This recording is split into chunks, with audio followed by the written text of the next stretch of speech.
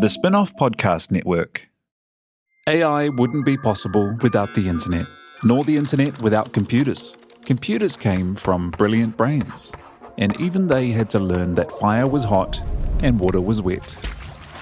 The world is constantly shifting, changing, evolving, and Daylight is an award-winning creative and technology studio that helps ambitious clients shift with it. Search daylight.nz to get in touch. Hey, Fidelity. How can I remember to invest every month? With the Fidelity app, you can choose a schedule and set up recurring investments in stocks and ETFs. Oh, that sounds easier than I thought. You got this. Yeah, I do. Now, where did I put my keys? You will find them where you left them. Investing involves risk, including risk of loss. Fidelity Brokerage Services, LLC, member NYSE, SIPC. Tēnā koutou e te hiwi o te whanganui ātara. Nau mai, haere mai, and welcome to The Fold, live at the Hannah Playhouse. Please welcome to the stage, founder of the spin-off and host of Aotearoa's biggest and possibly only media podcast, Duncan Greive.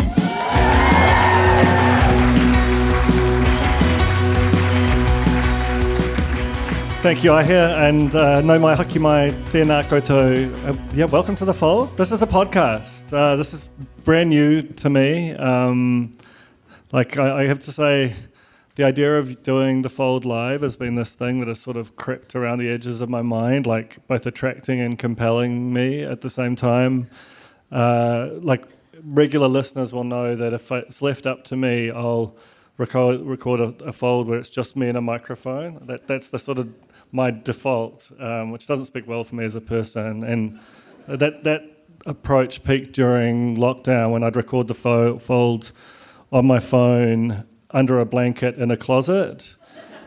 And I'm not going to do that tonight, rest assured.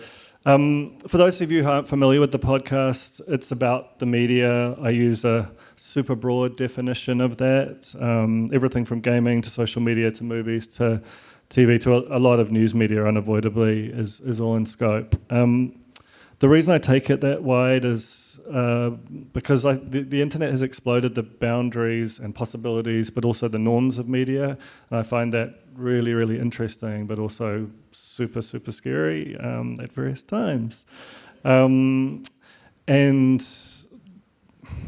basically, if I keep going down this track, it will be just me and a microphone, and I will start talking about Section 230, and I don't want to do that. I don't want that for you. I don't want that for me. I've got two guests tonight. They're both people I admire a lot who've achieved amazing things in media. And visually, they're almost indistinguishable, so apologies for that. But you should be able to tell them apart sort of tonally and certainly in terms of the scope of what they do. But the thing they have in common is that they built their media businesses on Substack. That's an email newsletter company, or at least it began that way, co-founded by a New Zealander, Hamish McKenzie, and it's grown into one of the most interesting and innovative companies in the media world. I think there's a lot of good things you can say about it, including that it has had a profoundly positive impact on writing, just much more broad than journalism, in a way that no other tech company has. Most of them seem to be actively trying to kill writing. But I think it's also possible that Substack destroys journalism. It's a very wide open kind of a situation, and that kind of edges up to what I believe to be the signal sort of issue, challenge of our time, and the thing that is sort of sits underneath and all around what I think about with The Fold is that there's this, and this isn't my idea, this is, a lot of people have kind of come up with this, but I think it's so important to understand this thing that was happened with the internet is this shift in trust and attention from institutions like political parties, media outlets, businesses, and government to individuals. And both my guests are part of that shift. They're very aware of it. They're very smart observers of it. And they're also just some of my favorite people to talk media with. So let's do that. First up is Bernard Hickey. Bernard is a relentless innovator. He co-founded both interest.co.nz and newsroom.co.nz before leaving to start his own very lively and independent news brand, the Kākā. It's focused on what he calls the political economy. Please welcome Bernard to the stage.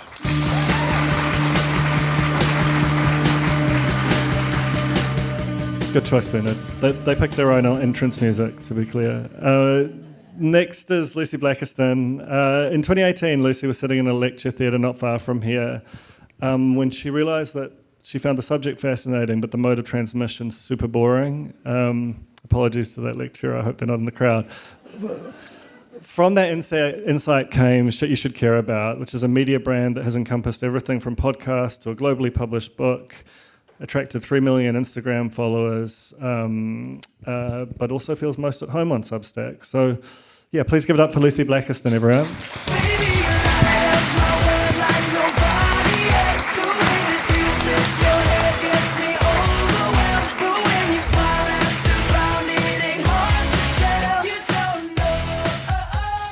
Shocked at that song choice. Great song choice, and I did pick it myself.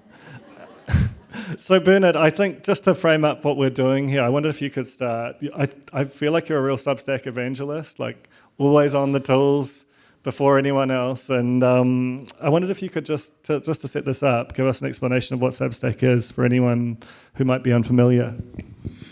Yeah, it's a place where you can publish from the very basic headline, some paragraphs and maybe a picture, bang, out it goes. And you can do it to a group of people who are keen to follow what you say regularly through email. And it essentially uses a very old way to regularly contact people, email, which, you know, it's old. And in many ways, it's so old-fashioned. But that connection, that email inbox is a very personal place, and it's protected in some way for now until Google and Apple decide to start screening on our behalf, which they already do a bit. And it's one of those places where you can have a one-to-one conversation. But luckily, it also scales. So you can have a one-to-one conversation with 1 million people if you've got that many people wanting to follow you. So it's an unusual opportunity. And I've known for a long time that email newsletters were a potential way to build media, to do media. And I started one myself here a long time ago, 2012, Hive News. And I had a chat with Rowan Simpson. It's going out tomorrow as when the facts change. And we built essentially a very tiny, crappy version of Substack in 2012. Hive News. Rowan slammed together a database, a publishing database, a WordPress, and whacked it into a version of Stripe. And it was a real sort of kludge of stuff. And it wasn't developed and it wasn't maintained. And eventually I couldn't really handle it on my own. But I bumped into Rowan and said, "Oh, we could have done Substack." I was about to say, you should have stuck with that. Yeah. And Rowan actually could have really made it work. It would have been great. Rowan's doing fine. But that's another one of my failed businesses. We've got. You found one that worked, I think, so it's all okay. Yeah, no. If it once and twice and 7 times you don't succeed, yeah. Well, and also, to be clear, at least 2 of your failed businesses are still going strong. So that's a relative term. Lucy, when I introduced you, I deliberately didn't use the word journalist because I'm not one. Well, how do you professionally identify? Really cute, friendly girl. No, I professionally identify as just a person of the people. I just like helping people understand. That's so cringe, but so my whole thing is lean into your cringe. That's the only way you make a business work online. I just like making things make sense for people. I did study media and international relations, so I'm not a journalist, but that's where I was like, oh, I should be doing this. But thanks for asking me that really, that question that makes me look like I really don't know shit at the very start of the chat, babe. No problem. I've got plenty more like that. But one thing you are, one of the many things you are, is someone who I think looks into the sort of guts of technology platforms, particularly user-generated content platforms, and sort of figures out ways to kind of connect to audiences and sort of hack them to make them work for you. So can we talk a bit about Substack in that sense? And, it calls it, like, it's a weird thing, right? It calls itself a new economic engine for culture, which is a terrible slogan, but also kind of true. It says that it's in direct opposition to social media while also desperately trying to become a social media platform. What are your feelings towards Substack as an entity? It's endured some storms. I'm not trying to get you to endorse everything. Okay, I really like it because I feel like it's nice to talk to people in an unalgorithmically decided way. It's nice to just send it out at 5 a.m. and then however many people open it at that time are just in their beds or making dinner if they're in America or whatever. And you just know they're getting it in their inbox and nothing's standing in the way. Unless Google and Apple get involved, which I know you have theories on. They have been trying to become a social media platform, which I don't really mind because their notes algorithm is really easy to hack. Like when the TikTok ban happened, this is so nerdy. Oh my God, this is so nerdy right now. Super safe space. I realised that if you made a note, which was like a tweet, right? If you made a note that said TikTok ban Substack in the same note, it would get pushed to the top of the algorithm. So I started making heaps of tweets about oh my God, that's dangerous. Anyone that's been mean. anyone that's been left behind by TikTok, you can come and visit my Substack. We gained 65,000 new subscribers. Yeah. Via me being able to read that out. It's like counting cards.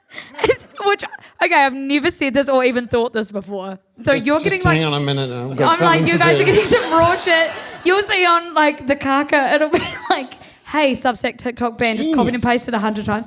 Nah, it was insane. And I was in San Francisco recently and I went to the Substack offices and I was like, guys, your algorithm, low-key, easy to hack. But maybe if you're just a real freak for the internet, which I am. Anyway, don't know what your question was, but I gained 65,000 new subscribers. That was actually a later question because I saw that you brag about that, but I didn't know how you did it. It's not a brag. But I'd really smart. I'd brag about that. Okay. Humble brag. So Bernard, let's kind of you. Unlike Lucy, had a long history of being a journalist in a more institutional sense. Thank you for making that distinction, I didn't babe. mean for it to land like that. Both for sort of big traditional institutions, but also startups like Interest and Newsroom. How did the lessons of those kind of startups inform your decision to start the Kākā and what you did when you got there? Yeah, it's all about learning from failure, basically. So started out as a financial journalist working for Reuters, built Reuters.co.uk, helped redesign Reuters.com. Thought at that point, so 2000 to 2003 or so, that it was all about advertising. The future was limitless, blue skies. We just need to get out, get a huge audience. The advertising would come. We'd all be rich. Yay! And by about 2008-09, when I was working with Fairfax, it started to dawn on me that wasn't going to work, mostly because of just the economics of enormous volumes of ad impressions coming on and these networks of ad exchanges starting to extract the value and keeping it and just dumping it into the market. So when I first started, you could charge $100 US for 1,000 page impressions. Beautiful times, beautiful numbers. Those were the days. $100. Now, I haven't looked lately because advertising's broken and... It's about $2 or $3. Yeah. So just imagine you're in a place where the way you make money is by generating 1,000 page impressions many, many, many times. And then suddenly the price, and it was pretty sudden actually, less than a decade, you go from $100 to $2. But you're supposed to make you're supposed to make more money. So what does that mean? You need to produce 50 times more page impressions from the same work. Same unit. Yeah, so what that means is you have to just go nuts for the clickbait. And it dawned on me this was the worst downward spiral ever. And at that point, I was an executive at Fairfax. I was with a team of people managing the newspapers and the online. And I realised I was going to be a manager who spent his career sacking people. So I went out of that job. And so that was one failure. So I went and helped create Interest.co, where the aim was, let's find the highest value page impressions, the highest, if you think it's $100, go for the niche where you can actually charge $500. And they might have been there for 10 seconds, but eventually the same thing happened. And so actually 2012-13, I basically said, advertising is dead. It's all about subscriptions. That's all I'm going to do now. And pretty much that's all I have done. I built the subscription side of Newsroom Pro, and now so that was the learning, but it's taken a while to eventually get to a place that it makes money for me. It does. I mean, when you describe that sort of downward spiral of the fundamental ad, I know that we have some people from various forms of marketing and advertising in there. It's just as a sole fuel for journalism, it's just not compatible, right? And I think, that story does feel like quite poignant timing. Yesterday, the Herald announced the net loss of 30 roles, including some real powerhouse names, Claire Trevett, Dan Awa, Jamie Morden, and it's bang on a year, basically, since NewsHub closed.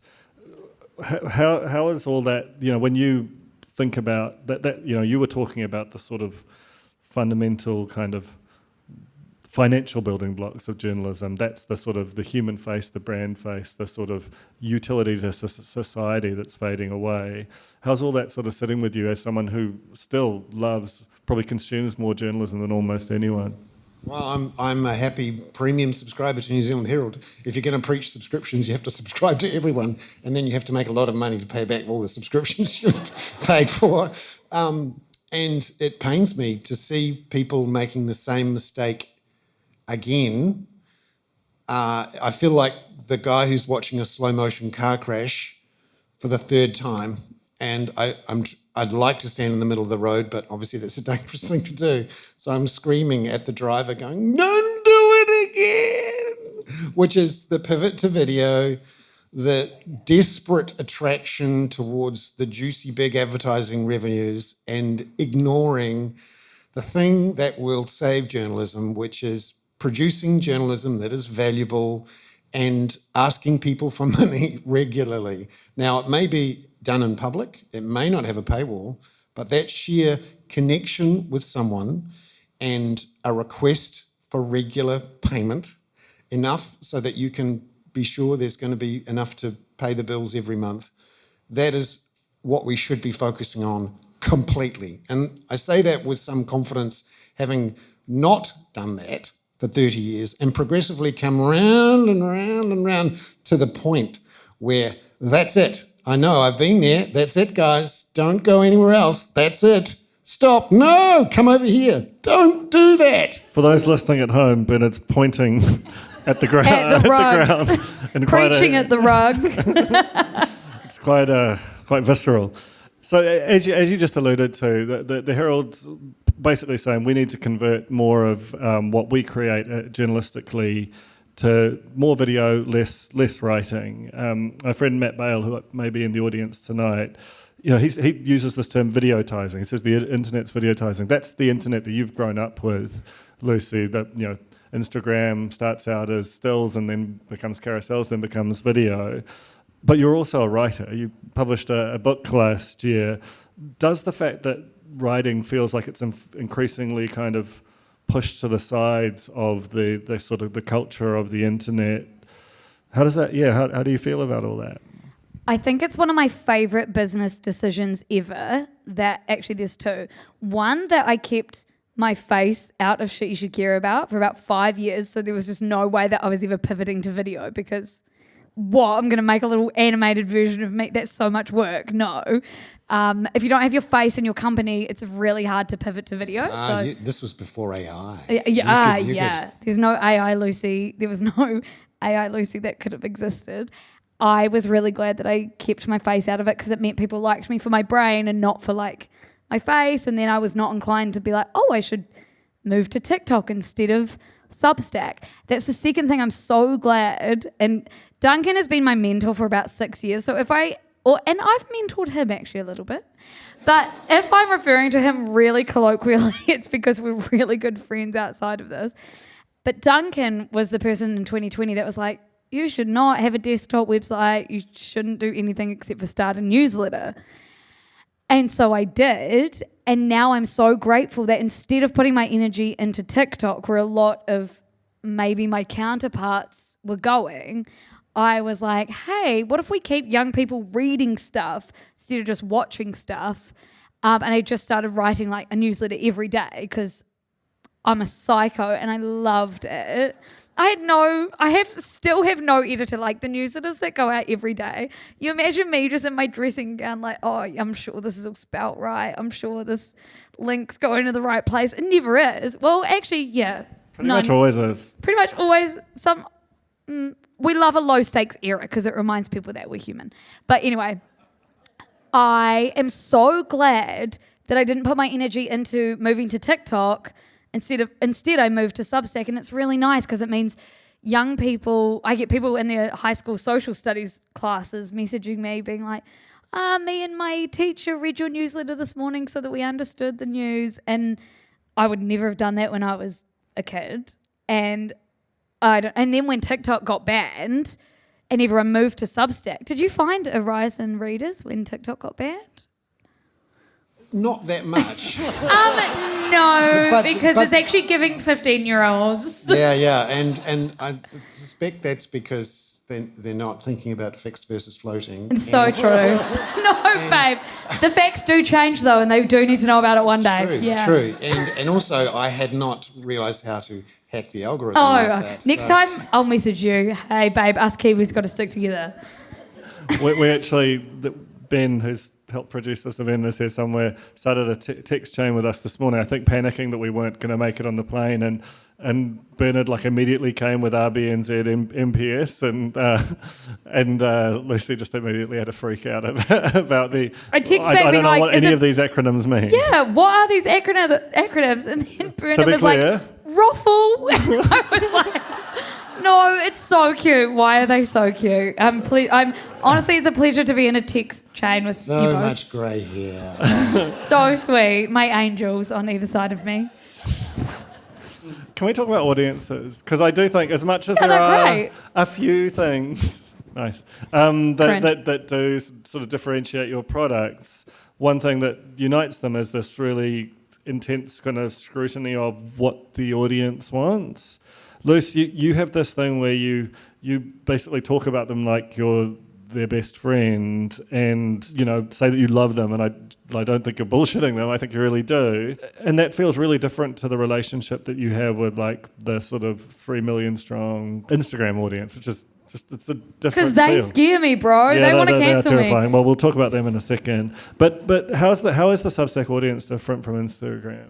Oh, it's just email feels way nicer because most of it's done in private, and they're not responding because they want public clout or a whole bunch of likes on their comment or whatever. They're responding because they actually care about you.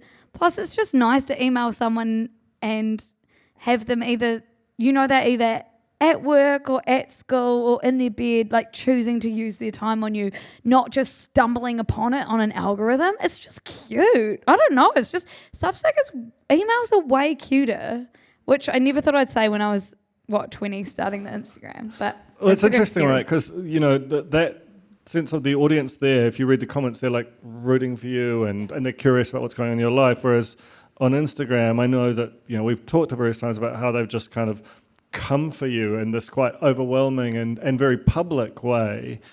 To make themselves feel like they're doing something. They're I understand doing the work. why, but it's still bad. So now I do a mundane poll every day, which is like, is milk sweet or savory? So that people can argue in the comments about something that's like not going to hurt my feelings and also not going to hurt other people's feelings. I try to direct their anger. Like everything is calculated with me in a really nice way. Obviously, I'm not a devil, but Instagram sucks. It's so scary and people are haters. Substack rules. Bernard, one thing I've noticed in terms of you, I don't know whether this is chicken or the egg or whether it's actually just because... Look, let me just ask the question rather than Him frame giggling it. at himself. It's a really unfold-like thing to do. Like, you don't seem like you're a huge fan of the current government. And even the previous one, it wasn't like they were earning raves. Do you, and increasingly, like you did an open letter earlier this week to like essentially like your own generation kind of denouncing their behaviours and quite precise and almost like it was a judgment issued from on high. Do you think that is driven by audience preferences, or is this something welling up inside you, like I don't know if you've seen the film Network, you know, the sort of that kind of like, That's right. I'm mad as hell and can't take it anymore. I really can't take it anymore.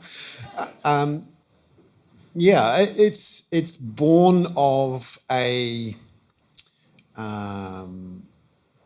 privilege, actually, to be able to call bullshit on things and not have to worry about the consequences. So most of my working life, I've worked for someone else, someone who has a share price and someone who has, you know, savers that I don't know somewhere in the world who depend on me not doing really personal things. They want a brand, they want a sensibleness, a thoughtfulness, a carefulness, which is very useful in a lot of ways. You know, you don't want mad ranters taking over press conferences, right? We'll get to that. Yeah. I do. Actually, press conference as entertainment, sadly, that's part of the problem of this world. And I actually think press conference as not quite entertainment, but as something was a contributor to some of the dramas we had after COVID. People felt like they could see inside the machine that made the sausage, and they didn't like the people who were making the sausage. And boy, after watching, you know, so many live stream news conferences from the Beehive, they thought they had a right or some knowledge and there was a lot of grumpy people. So the point of what I'm trying to say here is that because I now have enough people paying me small enough bits of money that I can alienate a few of them, and no one organisation paying me a big chunk of money, no sponsor, no government, then I feel like when I see bullshit, I'm going to call it, and I'm not going to die. Yay! Just a shout out to Bernard's sort of finger expressions as he's doing this. I really wish this wasn't, well, for the podcast listeners, I really wish you could see it. You got to describe it. Okay, the finger is going up and then down when he's very serious, and then back up. And I wish that I could stop the back down. I want to pound the table. You know. So, and this goes for both of you. You just described the upside of paying audiences and versus the well-described downside of pure advertising as a model. Is there anything like about that relationship? Like, do you ever find yourself, like you said, it doesn't matter if you piss off a few subscribers along the way, but sometimes you might have a big thought that feels contra, like a larger section of them. Do you ever have a voice saying, I want to say that, but I shouldn't? Does it ever interfere, the fact that I think there's a lot of talk about the purity of a paying audience relationship, but sometimes it feels uncritical to me that there is actually, it's not uncomplicated at times. Yeah, I mean, Such a good question. Yeah, it is excellent because building a subscriber base is not immune from playing to the crowd. the News Talk ZB, Fox News. Well, I know what button to push, and I'll get the roar. Oh, it feels great, the roar. I'll say it again. I don't really believe it, but roar. And there's a hand just sort of going up towards the sky. Honestly, like it's gripping midair. Yeah. And I'm sure I could do that, and it would be fun for 5 minutes, and then I'd feel guilty, and because I'm Catholic, I would beat myself up. But also it's not sustainable in the long run, because the guts of this connection between me and the audience or subscribers is totally about authenticity. If you feel real and you feel like you've done a good job and you're going to sleep well, that's probably a good sign that you're doing the right thing. The reason Lucy has such amazing success, I think, in doing what is a journalistic task is that... But not famously not a journalist. Yeah. Let's just line in sand. But you are so authentic. There's no way that this came out of a corporate machine, and we love you for it. And this is the difference between a corporate media and an individualized media. People like people. People like hearing stories from people they trust. And when it all goes to shit, when you don't trust governments anymore and you don't trust companies anymore and you don't trust the algorithm, to receive something from someone you know exists and is a real person, and you've heard them stuff it up, you've heard them tell the more overshare, then you find it useful and human. This is the great thing about the internet age, is we are constantly hunting now for human experience. It's the reason, you can buy vinyl records now. It's the reason people come to events like this. Yeah. And yet. This episode is brought to you by Abercrombie. Build your fits of the day with Abercrombie's newest denim drop. Here's where to start. Abercrombie's 90s straight jean goes with any shirt from tees to sweater polos. Super versatile. Their loose and baggy jeans are more trend forward, so you can grab those and go out with your friends. Abercrombie's denim fits come in a range of washes. Build your looks around Abercrombie denim. Shop online or in store. And yet. I've got an and yet, which I think about all the time, right? Because I subscribe to too many Substacks, including both of yours. And I think about the relationship between Substack and institutional journalism, mainstream journalism, which gets such a bad rap. Some of it's deserved. I think increasingly it's a muscle memory, the critique. It actually doesn't describe a lot of the really good parts of what it does. But whether one subscription to a Herald or to, God forbid, a spin-off, supports a newsroom. It supports a whole bundle of things, of different types of journalists and journalism. And a subscription to a Substack frequently supports a single person. Now, there's something beautiful and human about that, but I think in people's minds they're sort of the same thing, and the sort of parasocial relationship you develop with a Substacker, it might be harder to cut them off than it is to cut off a Herald subscription. And yet your work, both of your work, is unimaginable without institutional media. Very frequently it's a lot of links and quotes and discussion of things which came out of that group. I just sort of wonder about, because Substack as a whole can feel like it's very antagonistic to mainstream media while also really, really needing it. Do you think about that tension, and where do you sort of land with it? Lucy, do you want to talk about it? God, on our very first podcast that we did together, years ago, 3 years ago, maybe 4, I remember talking about I was scared I was going to get taken down after being on the Fold, because I was like, I'm not It's a never happened to anyone. It's never happened to anyone. Well, it could happen tonight. No. I remember talking about media as an ecosystem, and even back then when I was really fresh, I was literally like to you, I could not exist without the journalists, one in New Zealand that helped me literally answer my questions about, hey, is this defamation or not? Or I message you all the time, or I used to. Or like the New York Times or whatever, breaking news story. I don't have feet on the ground in these places. And so it's totally an ecosystem between these people that are doing either journalists or educators or scientists that are writing this top of line stuff that's really fucking important. And then the normal reader. And then me in the middle that's like, oh, I can understand that, but like that's because I'm privileged enough to have gone to uni and gotten a degree. Maybe other people can't understand it. Also, it's like all black and white and really boring. Let me break it down. So I feel like I sit in the middle, and I've always been I subscribe to heaps of stuff as well because I'm like, bro, I use a lot of your work. I link to it. But without you, who am I? I wouldn't really know anything that's going on in the world without these amazing journalists. So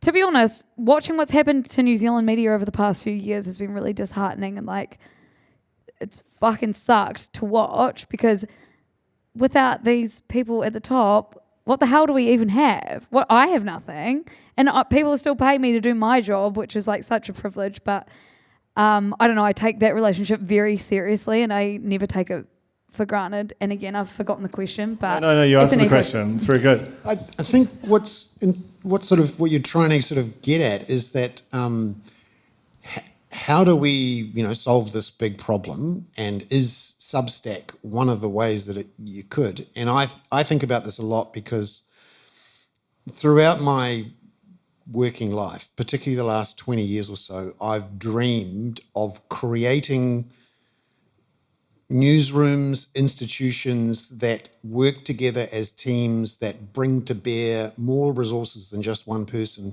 to a story, an issue. And I work for Reuters, a totally global organisation, and help to run teams of reporters across Asia Pacific. I worked for and helped manage Fairfax, which is now Stuff, and can see the power of a team working together. You can see the power of someone with grey hair teaching a 22-year-old about what to do next, right? Do you still want to do that? Is that still a goal, or is that like now that the individual stuff's... This is the problem. Individual stuff is going so good, right? That's like, why would I want this noble goal of running a team that does really good shit when no one's going to pay for it? This is very right at the heart of the matter. So... Sorry, Duncan, let me tell you some sad stories. Okay. That's what you expect. Came for, right? Lucy, this is the real word, babe. Yeah. I jumped out of corporate life, Fairfax, to build a newsroom with interest.co.nz. We built it up to upwards of 7 journalists, and they were all paid proper wages on time every month. And we built a proper business that made a profit. My plan was always to create something really valuable and then sell it, or at least generate enough cash flow so that I could, be sure about my retirement and that sort of thing. And so I sweated a lot of equity into this, being confident that it would work. But along comes Facebook and the ad exchanges, and that business model as a generator of super profits is gone. It's enough to make the business work, but not to make me wealthy, because at that point I thought that was a good thing to be. And, at heart, I'm a capitalist. I want to create valuable things, and the truly valuable things that last a long time, you can sort of tell they're valuable because they're profitable, and that profit is crystallized into, a future cash flow, which means the company is worth 10 times the value of the profits per year, or whatever the number is. I know this because I was trained as an economist and an accountant, and this all comes together into the stuff I do. So I gave up that and thought, right, well, I'll have to go away and do subscriptions, and that didn't really work to create anything large. And then I thought, well, hang on, let's do subscriptions, but at scale. So that's why I helped found Newsroom. And Newsroom is a huge, what I call journalistic and institutional success. I'm incredibly proud of it. I think we did amazing things. We've helped, I hope, change parts of New Zealand at times for the better. I hired some amazing people. They've done great things. Many of them are still there, and I'm incredibly proud. I'm also a shareholder, a significant shareholder still. But again, not enough surplus to create a profitable stream of cash that would create that and give it the flywheel, the surplus, the profit to grow. Because ultimately, if you want to build a successful business, it must be cash flow positive and profitable so you can reinvest that and grow and faster. That's what, successful businesses around the world do. And I'm completely aware that one person is not enough. We need institutions. We need hundreds of journalists. They can work for one organisation or whatever.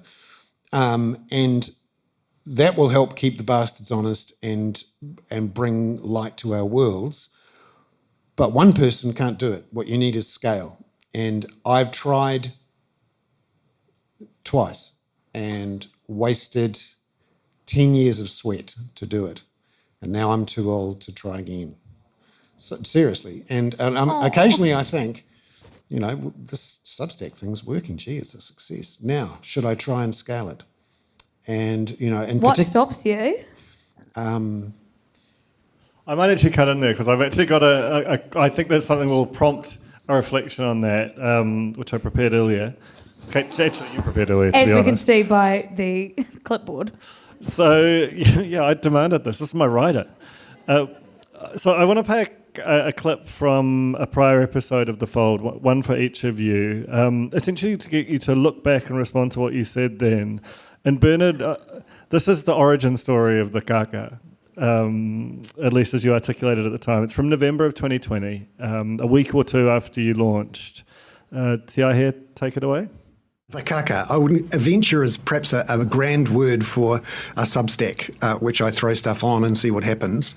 I'm writing stuff there. I do stuff, once every day or two, essentially to create a connection and have a place where I can do my writing and say the things that I want to say personally, which I can't necessarily do in a column or a news article that I write for my freelance bits and pieces. And it's designed, at least for the next year, as a sort of just a holding place. I wouldn't call it a business or a venture. It's like something that I set up in 10 minutes and now I'm publishing through it. And at some point it may be useful to make a little bit of money, but not right now.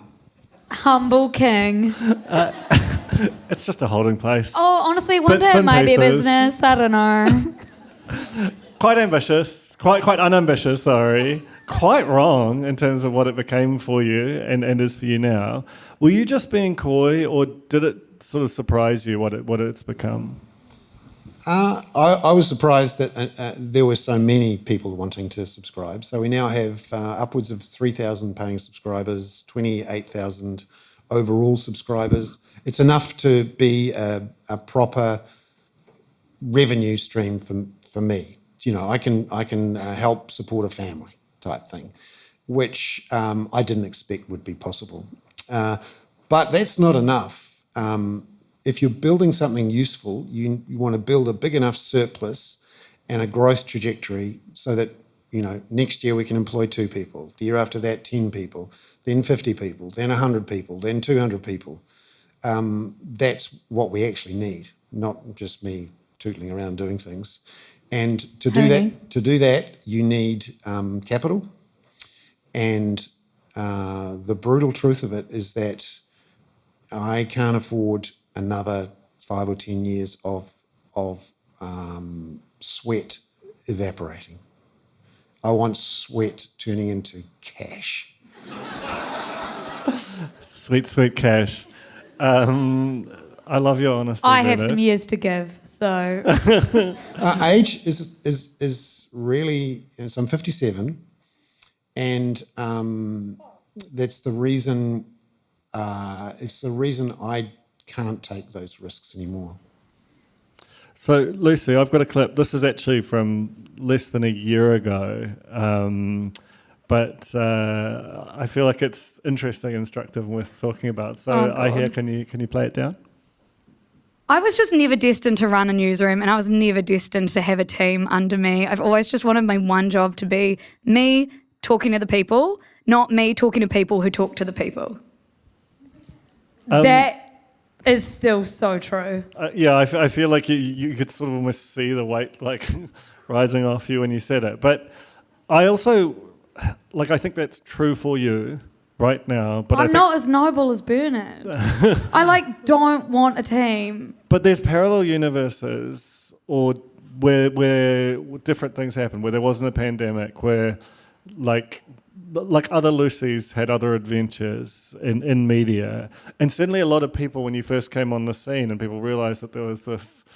Including you. Yeah, well, there's this, like, Johan from Blenheim who'd started up this, news on Instagram account that was, like, freaking enormous. They thought it would grow into a massive venture, be bought by some giant news organisation, employ heaps of people, and you'd be just kind of on the speaking circuit. Why are you so confident that this totally different path, which is really you and occasionally some help, was the right one for you? I have always been so sure that I've never been meant to manage a team.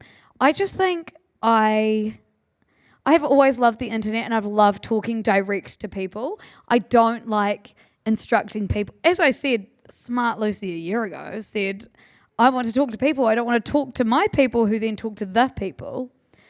I don't know why that. Maybe I'm a narcissist and it just always has to be me. No, I don't know.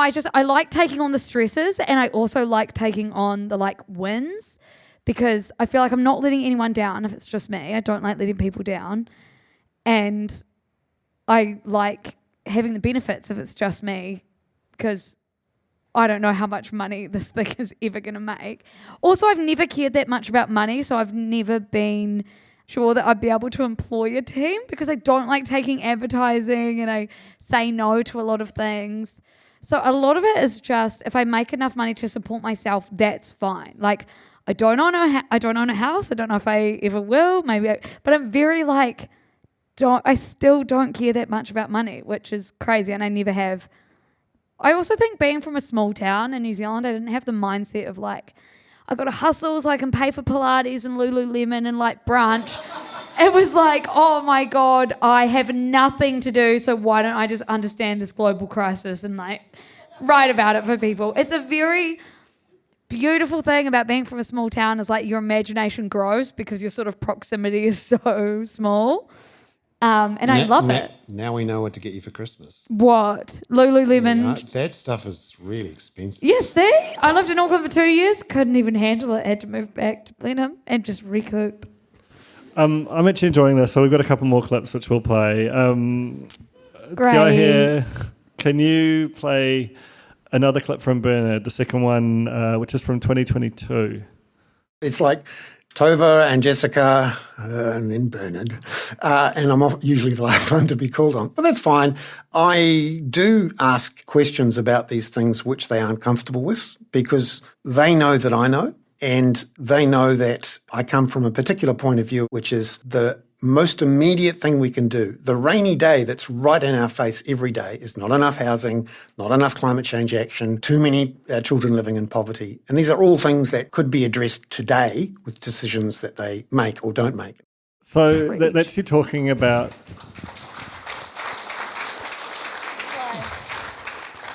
That's you talking about being in the press gallery during you were talking about it earlier, the sort of COVID press conferences that were very public. And I sort of would watch those and also kind of listen to you discussing them. And there's the press gallery stuff that needs to be made for television. That's why it was Jessica then Tova. And then there's this sort of other stuff like a tranche of the print newspapers who were on deadline. And then there's this kind of cranky heretic who's going to talk about the Public Finance Act 1989. And you just need to GDP, don't you know? Yeah. So and I just wondered, you seem so in your element there and kind of this kind of cranky professor kind of persona that you had in that environment, and now you're living this really different life on Waiheke. You post like a touch and grass picture from nature at the end of every thing. And I'm assuming that you haven't like harangued someone from a press conference in probably days. Is it lonely and different? And like, how do you sort of, how do you feel detached from that milieu? Yeah, I mean, there's a part of me that wants to go back and scare the shit out of politicians daily. But I'm doing it weekly now, which is, That seems healthy for a 57.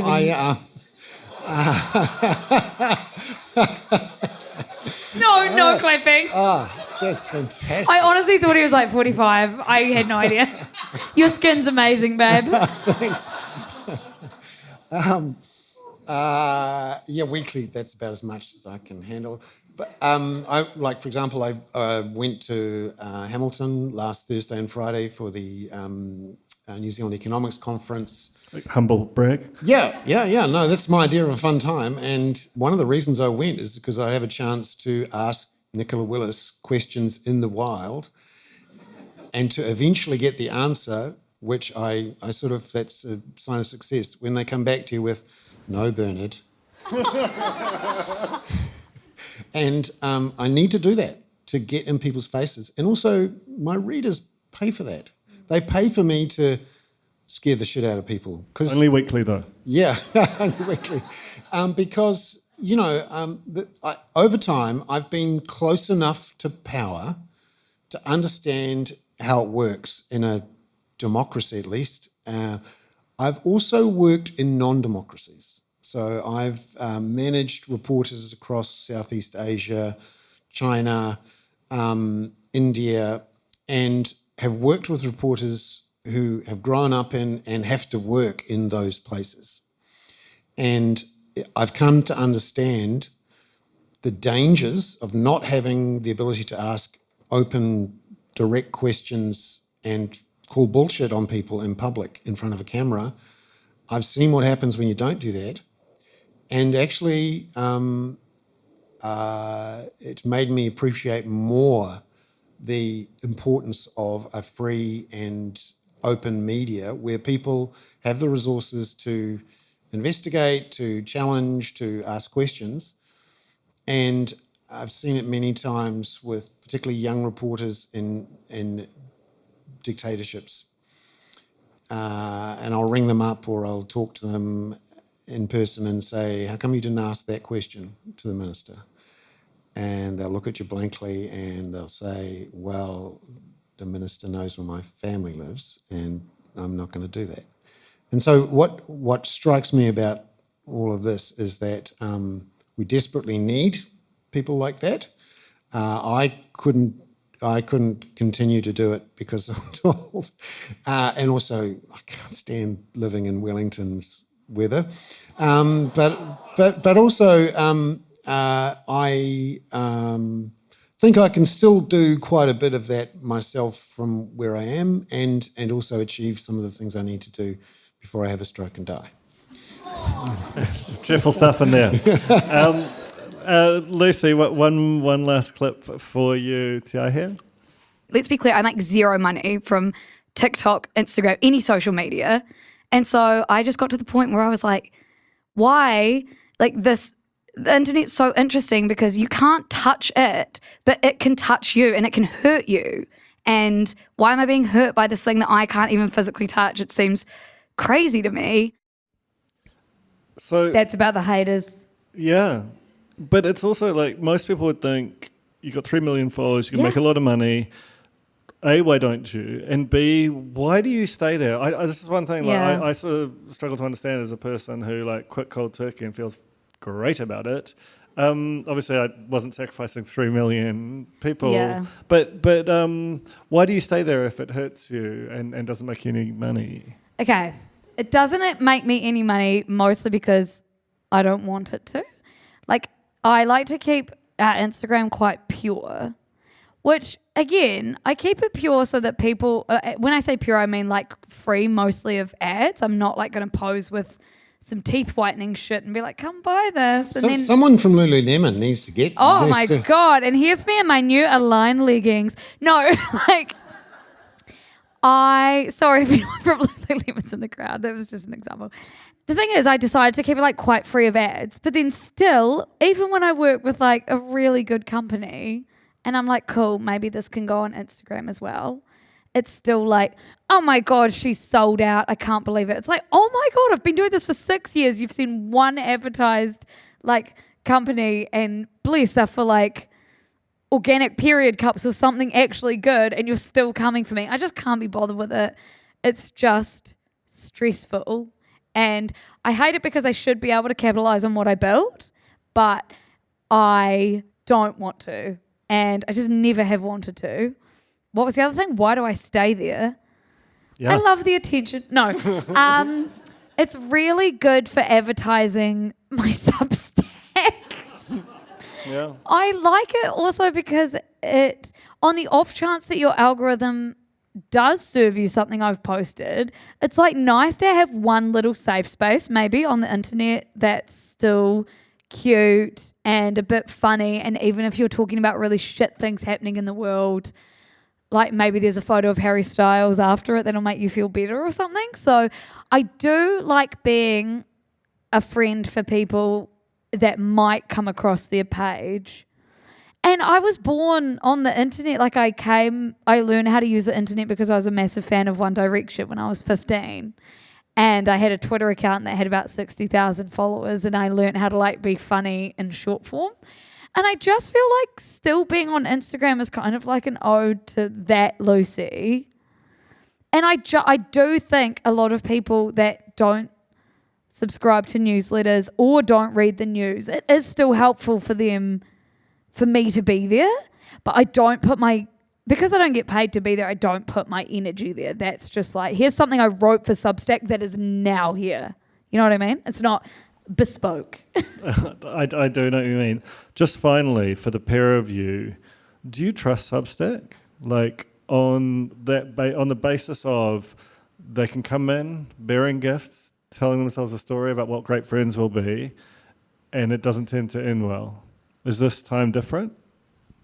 I actually do, only because I've gotten drunk with the founder, and that's like so bad of me to say, but I actually do, and he has cute kids, and like I can own my email list. More importantly, I can own my email list and own my audience, and I can see my annual income, and it feels safe because I can take it and go elsewhere.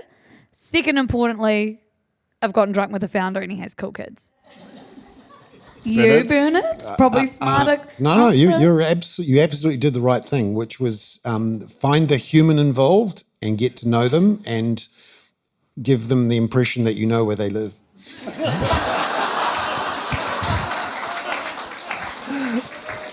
And, it's important. So before I made that jump, I rang Hamish. I spent an hour grilling him, and I asked him like 7 times, are you going to sell out to Twitter? And he said no. I found out who some of his... That's true. I mean, they were approached by Twitter and they didn't... Well, this is the thing. Last year, Twitter, after, having chopped off all of the Substackers who were using Twitter to bring people over, if you clicked a link from Twitter, you couldn't go into Substack anymore, or you could tell that the algorithm had turned you down. That was one of those moments when you were, oh my God, actually the tech bros do control the world. It's the algorithm. They can turn the dial. And I watched them turn the dial on me, and it was like, oh fuck, what do I do now? And that's why Substack built Notes. It's why it really freaked out Musk. And remember, there's a history here. So for those who don't know, Hamish Mackenzie, the New Zealander who was the editor of Critic. Correct. And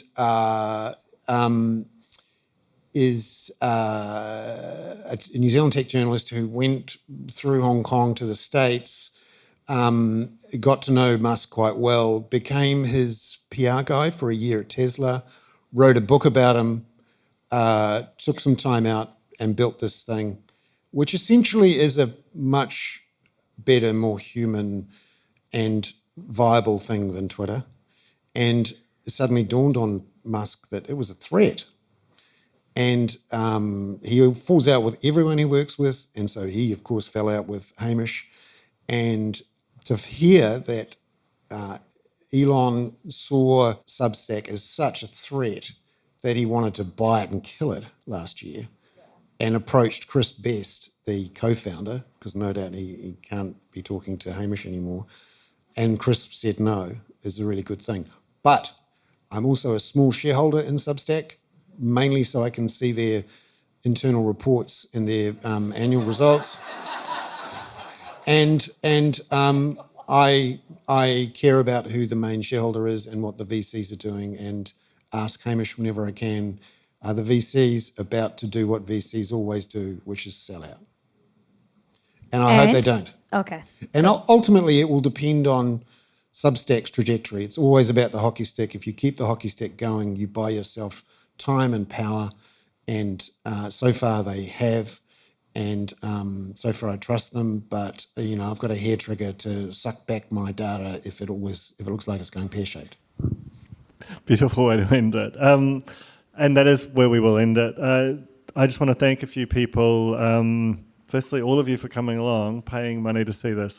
It's shocking to me. I'm very grateful. It's the fold. It's supposed to be under a blanket. The fold is so cute. Yeah, but not monetizable.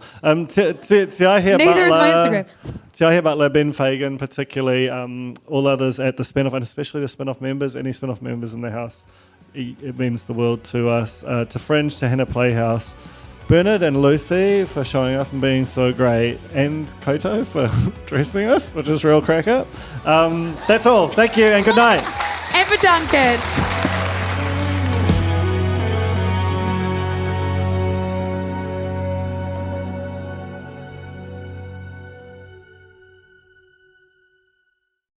The Spin-off Podcast Network.